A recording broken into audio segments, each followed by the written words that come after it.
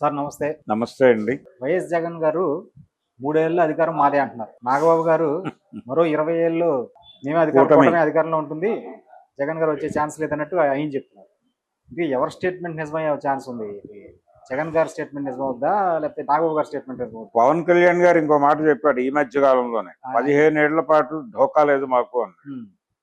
అంటే 15 ఏళ్ల తర్వాత వైసీపీ వస్తుంది అనే మాట చెప్పినట్టుగా అనుకుంటే మరి ఈయనేమో ఇంకొక 5 ఏళ్లు పెంచాడు.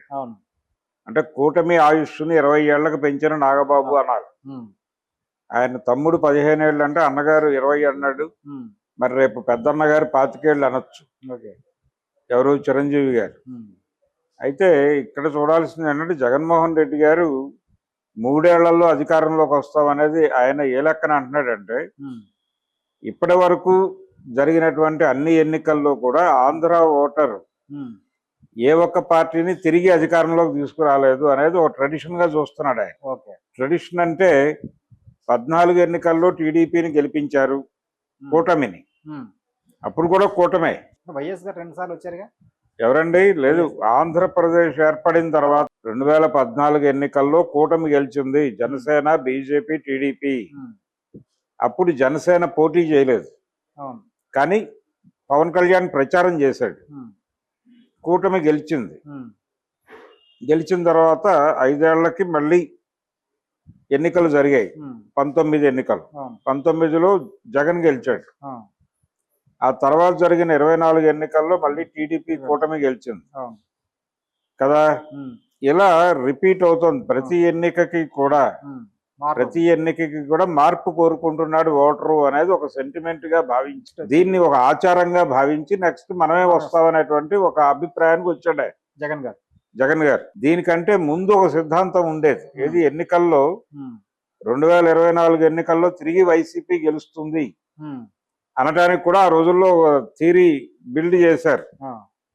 ఆ థియరీ ఏంటంటే, చంద్రబాబు నాయుడు ఓడిపోతే 10 ఏళ్లు పడుతుంది అధికారం రావడానికి, గెలిస్తే 5 ఏళ్ల కంటే అధికారంలో ఉండడు అని ఒక సిద్ధాంతం. ఎలా నిర్మించారు ఆ సిద్ధాంతాన్ని?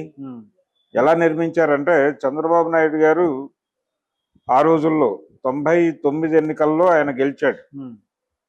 గెలిచిన తర్వాత 2004 ఎన్నికల్లో ఓడిపోయాడు.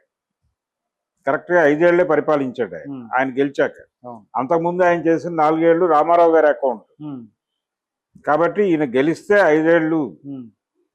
తర్వాత ఆయన 2004లో ఓడిపోయాక ఆయన తిరిగి పదవి రావడానికి 14 పట్టింది. అంటే 10 ఏళ్లు. గెలిస్తే 5 ఏళ్లే ఉంటాడు అనడానికి 9లో ఆయన ఓడిపోయాడు. ఇది నిర్ధారణ. అంటే 2014లో గెలిచి 2019లో ఓడిపోయాడు. అప్పుడేమో 1999లో గెలిచి 2004లో ఓడిపోయాడు. అంటే గెలిస్తే 5 ఏళ్లే, ఓడితే 10 ఏళ్లు పడుతుంది అని ఒక సెంటిమెంట్, ఓ సిద్ధాంతం చేసి ప్రచారం చేశారు. అలాగే ఇప్పుడు అది ప్రూవ్ కాల. అదేమైంది?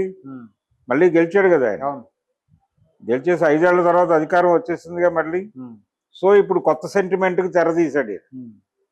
తీసి ఆ పాత సెంటిమెంట్ని పాతేసి కొత్త సెంటిమెంట్తో ఆంధ్ర ఓటర్ మళ్ళీ మనకే అధికారం ఇస్తాడు అని ఒక అభిప్రాయానికి వచ్చాడు ఆయన. అయితే ఇక్కడ ఓటరు అధికారం ఇస్తాడా ఇవ్వడా అనేది కాదు. ఓటరుతో సంబంధం లేకుండా భారతీయ జనతా పార్టీ అధికారం మార్చాలి అనుకుంటుందా లేదా అన్నది కీలకంగా మారిందని వాళ్ళ మనసులకు తెలుసు. జగన్మోహన్ రెడ్డి గారు కూడా జనం తనని ప్రతిపక్షంలో కూర్చోబెట్టారు అనుకోవడం లేదు, బయటకు అంటున్నాడు. కానీ ఢిల్లీ నన్ను కాదనుకుంది, అందుకని నేను ప్రతిపక్షంలో ఉన్నాను అనుకుంటున్నాడు ఆయన. చంద్రబాబు నాయుడు కూడా ప్రజలు నన్ను అధికారంలో కూర్చోబెట్టారు అనుకోవడంలా, ఢిల్లీ దయదలిచి నన్ను అధికారంలో కూర్చోబెట్టింది అనుకుంటున్నాడు ఆయన.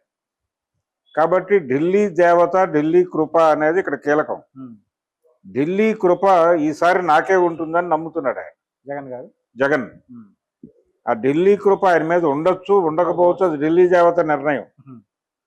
ఢిల్లీ దేవత మాతోనే ఉంటుందని వాళ్ళు చెప్తున్నారు, కూటమి. మేము ఢిల్లీ దేవతని ఎలా ప్రసన్నం చేసుకోవాలో మాకు అర్థమైంది. గతంలో తెలియదు, గతంలో మేము అంటే 2014 ఎన్నికలు గెలిచిన తర్వాత ఒక 3 ఏళ్ల తర్వాత ఈయన తన ప్రాభవాన్ని చూపించడం మొదలుపెట్టాడు చంద్రబాబు గారు.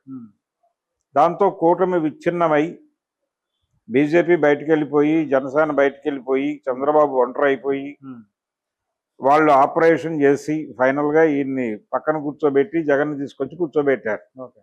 అప్పుడు అధికారం రావడం కూడా ఢిల్లీ దేవత కృపే అని అనుకుంటున్నాడు ఆయన, జగన్మోహన్ రెడ్డి. కాబట్టి మేము ఈసారి అలాంటి పనులు చేయవని మొన్న ఓపెన్గా చెప్పాడు చంద్రబాబు. మేము ఢిల్లీతో తగాదాలు పెట్టుకోవని చెప్పి ఓపెన్ ప్రకటన ఫిక్కీ మీటింగ్లో చెప్పాడు ఆయన.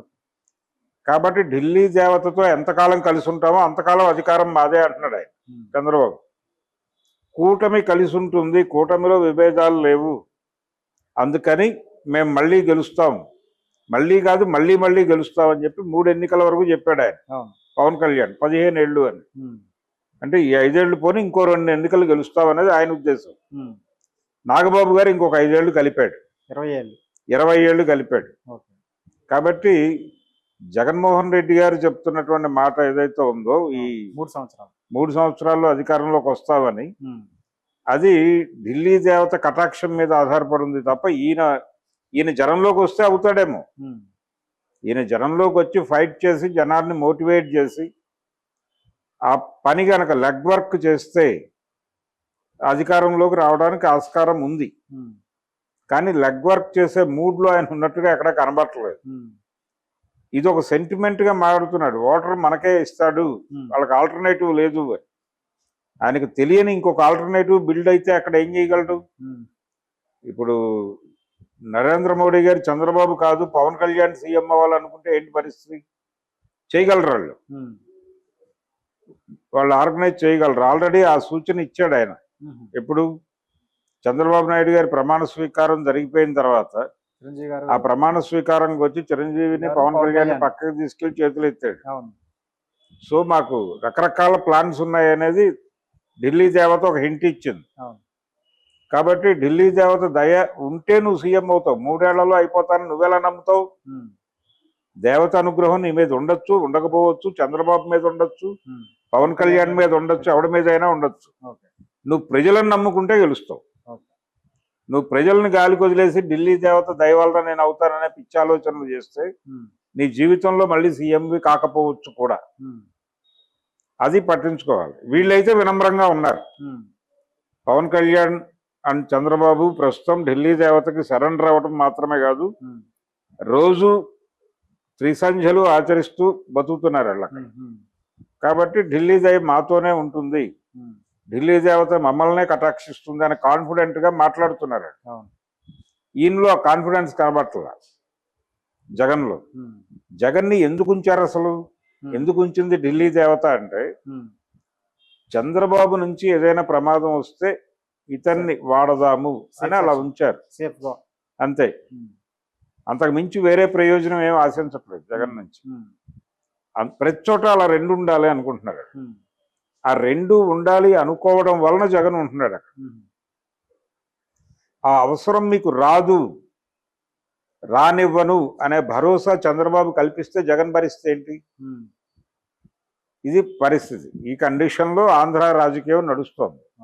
అందుకని ఢిల్లీ దేవత దయ మీద నమ్మకం పెట్టుకోకుండా జగన్ జనాన్ని నమ్ముకుంటే అతని పని ఏదైనా అయ్యే అవకాశం ఉంది తప్ప, లేకపోతే నాగబాబు గారు చెప్పినట్టు 20 ఏళ్ళు వాళ్ళు పరిపాలించినా మనం ఆశ్చర్యపోనక్కర్లేదు. Thank you sir. Thank you.